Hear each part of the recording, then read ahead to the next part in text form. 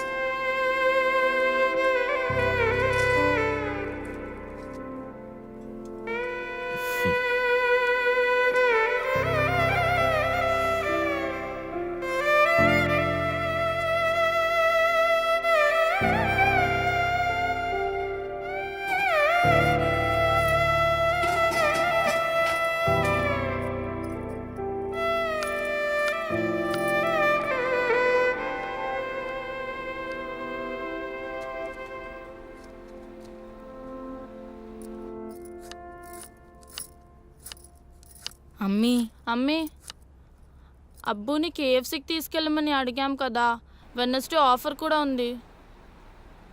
KFC ఏం లేదు. ఇవాళ మంచి బర్త్డే పార్టీ ఉంది. మీ అప్పు రానంటున్నాడు. వెళ్ళి అడగండి. సరే. అయ్యో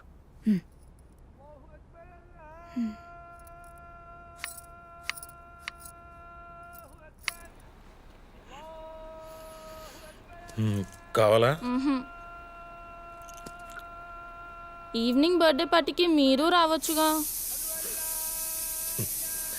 మీ అమ్మ పంపిందా? నాకు చాలా పని ఉంది, కుదరదు. ఓకే అబ్బా, మనం వెనస్డే కేఎఫ్సీకి వెళ్దామా? వెళ్దాం అబ్బు. 199 rupees 8 pieces boneless strips. Offer last week కూడా చెప్పారు కదా. సరే, ఆఫీస్ నుంచి వచ్చిన తర్వాత తీసుకెళ్తాను, సరేనా? సరే రండి కూర్చోండి. ఇప్పుడు చెప్పు బేటా, మొన్న మనం కేఎఫ్సీకి వెళ్ళాం కదా, నీకేం గుర్తుంది? వెళ్ళాం, తిన్నాం, వచ్చాం. ఆహా, నాకు గుర్తుంది. ఒక బాల్డెడ్ అంకుల్ నోటి నిండా సాస్ అంటించుకుంటే అమ్మ చూసి నవ్వింది కదా. అంతేనా? ఇంకేం గుర్తులేదా? లేదబ్బు. గుర్తుండాలి కదా. ఏం గుర్తుండాలి అబ్బు? అరే, మీకు మీ అమ్మకి ఏమీ గుర్తుండవు, నాకు మాత్రం అన్నీ గుర్తుంటాయి. కావాలంటే తినే వస్తువు గురించి ఏదైనా అడగండి, పొద్దున్న బ్రేక్ఫాస్ట్ తప్ప. కోవా తిన్నాం. మొన్న మీరు తెచ్చారు కదా. అవునా? సరే, అయితే కోవా అనండి. రెడీ? 1 2 3. కోవా. కోవా కోవా అంటే నాకేం గుర్తుకొస్తుందంటే, చిన్నప్పుడు మా ఇంట్లో పాలు పోసే వనజమ్మ గుర్తుకొస్తుంది. ఆమె బక్కగుండేది. ఎంత బక్కగా అంటే పెన్లో రీఫ్లు ఉంటుందే అంత బక్కగా. పాలు అమ్ముతుంది కదా, కొంచెం పాలు తాగొచ్చు కదా. పిసినారిది. మార్నింగ్ పచ్చిపాలు అమ్మేది, సాయంత్రం మిగిలిన పాలను కాచి కొంచెం తక్కువ రేటుకి అమ్మేసేది.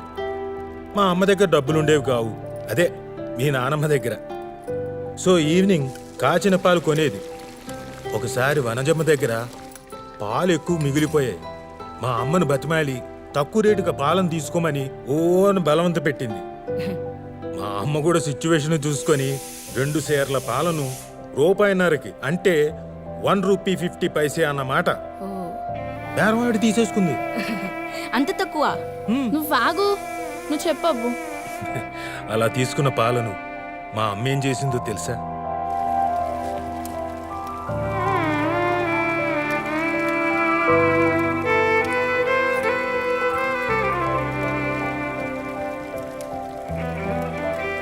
నన్ను, అన్నయ్యను, అక్కని, చెల్లిని పొయ్యి చుట్టూ కూర్చోబెట్టుకొని ఆ మాట ఈ మాట చెప్తూ పాలు మరిగిస్తూ కొంచెం కొంచెం చక్కెర పోసి ఆ రాత్రి పాలకోవ చేసింది. మా ఇంట్లో పొయ్యిలోకి వాడుకోవడానికి కొబ్బరి చెప్పులు ఉండేవి.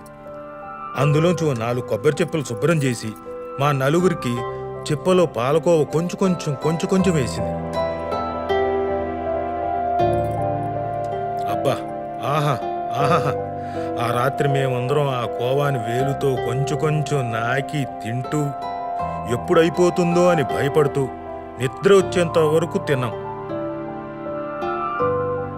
కోవా అంటే నాకు అది గుర్తుకొస్తుంది. అయిపోయిందా? హ్మ్. ఇంకేదైనా అడుగు. నేను అడుగుతా హ్మ్. యాపిల్. యాపిల్ అంటే కాస్ట్లీ. అసలు ఒక్కసారి కూడా మా ఇంట్లో యాపిల్ తీసుకొచ్చేవాళ్ళు కాదు. నా దగ్గర ఒక మట్టి ముంత ఉండేది, అదే కిడ్డీ బ్యాంక్. అమ్మిచ్చే 10 పైసలు. ఎప్పుడైనా చుట్టాలు ఇంటికి వచ్చినప్పుడు వాళ్ళు ఇచ్చే డబ్బుల్ని ఆ డిబ్బీలో దాచుకునేవాళ్ళం. డిసెంబర్ 31 వస్తే ఆ ముంతను పగలగొట్టేవాడిని. జనవరి 1 ఉదయాన్నే బజారుకు వెళ్ళి ఒక యాపిల్ కొనేవాడిని, ఒక గ్రీటింగ్ కార్డు కొనేవాడిని. ఆ యాపిల్ని ఓ రంగు కాగితంలో చుట్టి దారం కట్టి ప్యాక్ చేసేవాడిని.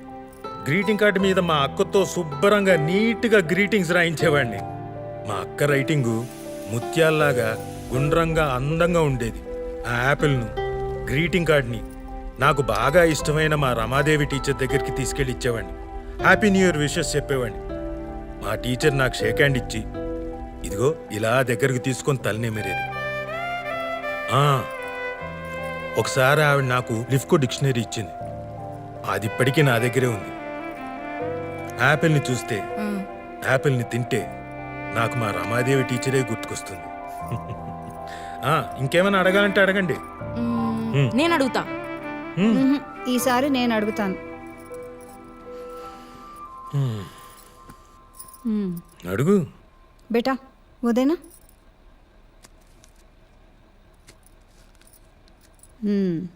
వీటి సంగతి చెప్పు. తేగలు చెప్పు. ఎప్పుడు దొరికినా తేగలు తేగలని కొంటుంటావు కదా, వీటి కథ చెప్పు. తేగలు తేగలంటే మా నాన్న సల్మా. మా నాన్న చిన్న పల్లెటూరులో పుట్టాడు. ఇప్పట్లోలాగా అప్పట్లో పిజ్జాలు, బర్గర్లు ఇలాంటివి ఏం లేవు కదా. సీజనల్గా వచ్చేవి మాత్రమే తినేవాళ్ళు. మ్యాంగో, నేరేడు, జామకాయ, ముంతమామిడి అంటే క్యాజు ఫ్రూట్. ఓ. కానీ ఈయనకు మాత్రం తేగలంటే చిన్నప్పటి నుంచి ఎంతో ఇష్టం. అవి కావాలని మారం చేస్తూ ఉండేవాడట. ఒకసారి ఇంట్లో ఇతని పిచ్చి మానిపించడానికి ఎవ్వరూ తేగలు కొనలేదట. అప్పుడు మీ తాత ఏం చేశాడో తెలుసా? ఏం చేశాడు? వాళ్ళ నాన్న చొక్కాలోంచి పావలా దొంగతనం చేశాడు. పావలా అంటే చాలా పెద్ద డబ్బు. అందుకని బాగా భయపడి ఆ పావలా కాసుని ఒక పేపర్లో చుట్టి అటక మీద దాచి రాత్రంతా నిద్రపోలేదట. ఆ తర్వాత చూడాలి, ఆ పావలాను మార్చి ఆ వారం అంతా తేగలు తినడమే పనంట.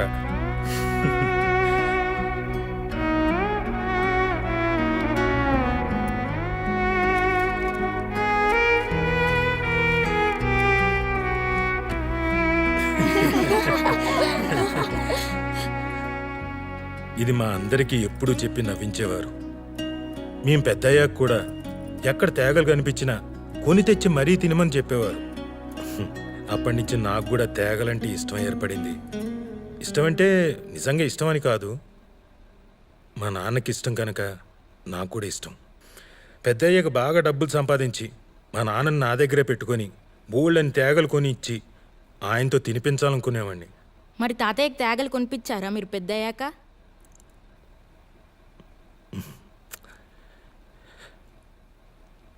లేడుగా ఆయన. మేము స్కూల్లో ఉన్నప్పుడే అల్లా దగ్గరికి వెళ్ళిపోయాడు. మళ్ళీ రాలేదు. మా పెళ్ళిళ్ళు, ఉద్యోగాలు ఏమీ చూడకుండానే వెళ్ళిపోయాడు. ఒకరోజు బజార్ నుండి వచ్చి సంచి పడేసి కాళ్ళు కడుక్కొని కుర్చీలో కూర్చున్నాడు.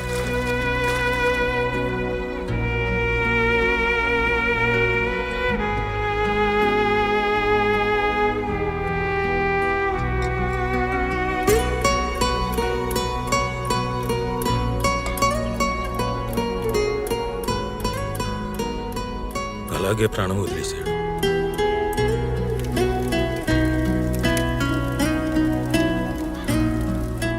తర్వాత ఎవరో సంచి చూసి చెప్పారు, అందులో తేగలున్నాయట. నేనంటే చాలా ఇష్టం మా నాన్నకి. నేనంటే ఇష్టం అంటే నా కడుపున పుట్టిన మీరంటే ఇంకెంత ఇష్టం ఉండేదో. నేను మీ మీద కోపడుతుంటాను కదా అప్పుడప్పుడు. మా నాన్నే ఉంటే నన్ను గట్టిగా తిట్టేవాడేమో, మిమ్మల్ని ఏమైనా అని ఉంటే. నేనెవరి మాట వినను కదా, మీ అమ్మ మాట కూడా. కానీ ఆయన మాట వింటాను. ఎరా పిల్లల్ని తిడతావా వెధవా అంటే లోపలికి వెళ్ళి మీ అమ్మ వెనకాల దాక్కుందాం అనుకున్నాను. చాలా అనుకున్నాను, ఇలా చాలా అనుకున్నాను. ఇప్పుడు తేగలున్నాయి, కానీ మా నాన్న లేడు.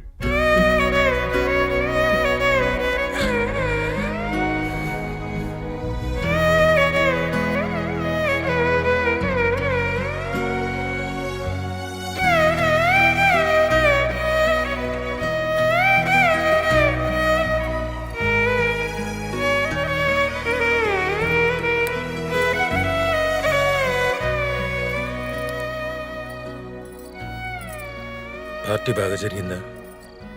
పిల్లలు బాగా ఎంజాయ్ చేశారా?